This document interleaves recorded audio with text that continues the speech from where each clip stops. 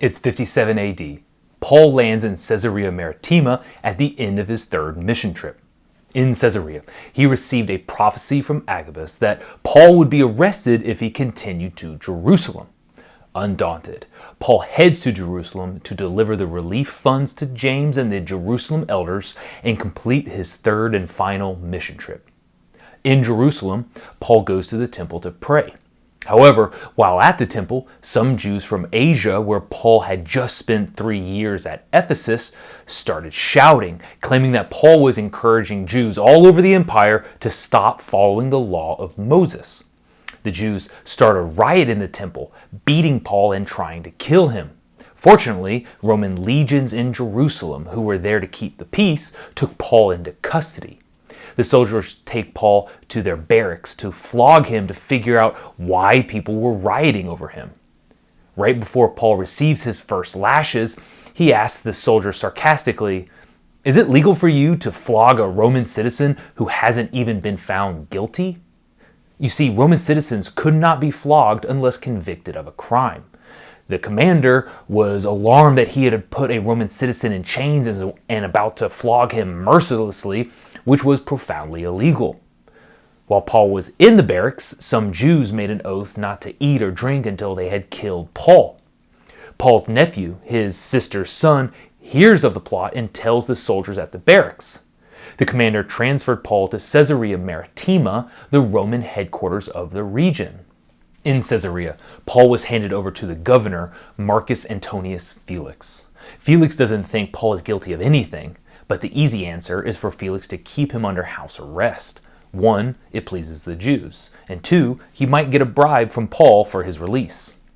Paul stays under house arrest in Caesarea for 2 years, from 57 to 59. Towards the end of 59, a new governor of Judea, Festus, replaced Felix. The Jews took this opportunity to appeal to Festus to send Paul to Jerusalem for a trial. Paul knows he will likely be killed if this happens, so he appeals his case to Caesar, as was his right as a Roman citizen. As we've seen before, Paul was never shy about utilizing the benefits of his citizenship. Well, Festus agrees to Paul's request. Paul, Luke, and their small group board a Roman vessel and start their sea journey to Rome. And this is an epic sea journey, one of antiquity's most extraordinary sea voyage tales. The trip starts out smoothly, but as they move west along southern Turkey, the weather starts to turn against them. They have to sail on the south side of Crete to avoid the worst of the weather. It's getting into fall, and sailing in the Mediterranean after October was dangerous due to the weather. Paul, a seasoned sea traveler at this point, knows this and warns the crew to take harbor. There were, after all, nearly 300 people on the boat. Well, what was a manageable wind turned into a hurricane force, and the ship was blown away past the harbor they had headed for and pushed out into the open ocean. The storm got so bad the crew tied ropes around the ship to keep it from breaking apart. The storm wouldn't settle, so they started throwing cargo overboard, hoping to make the boat lighter. After the third straight day of the storm, everyone had given up hope of survival.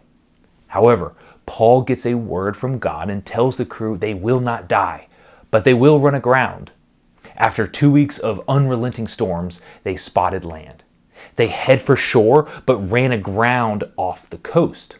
The ship broke to pieces, but all 276 passengers survived, just as Paul had prophesied, clinging to planks from the battered ship and swimming to shore. As it turns out, they ran aground on the island of Malta.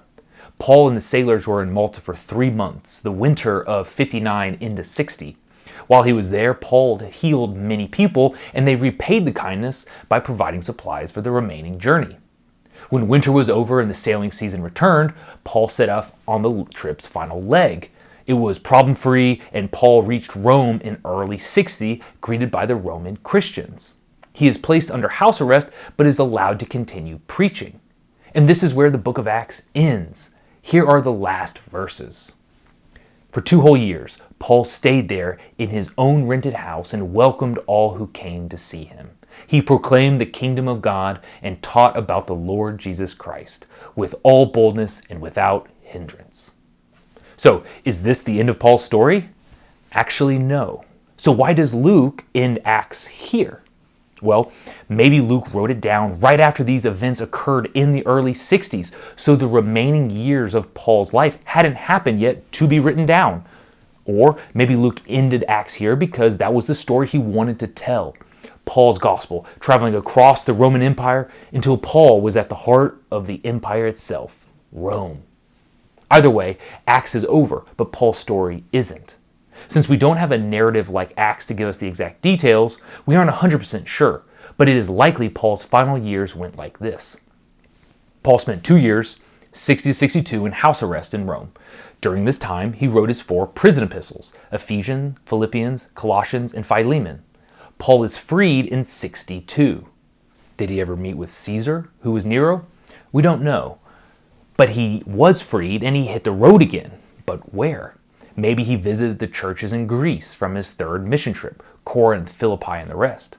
There are also clues in his final letters, 1st and 2nd Timothy and Titus, that Paul started other churches after he left Rome. An early church tradition was that Paul made it to Spain, which was his dream. As for Paul's final years, church tradition has been that Paul was martyred in Rome.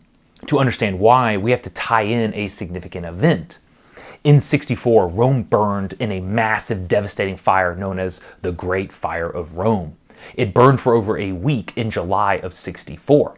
After it was finally burned out, 71% of Rome had been destroyed. Do you know the saying, Nero fiddled while Rome burned? It comes from this fire and the legend that Nero played an instrument, likely a lute, not a fiddle, while Rome was burning to the ground. Well, in the aftermath, Nero blamed Christians for the fire. Christians were generally from the lower class in Rome and were a convenient scapegoat. This was the first systematic persecution of Christians. Peter was killed during Nero's persecution on a cross, crucified upside down because he felt he was unworthy to die in the same manner as Jesus.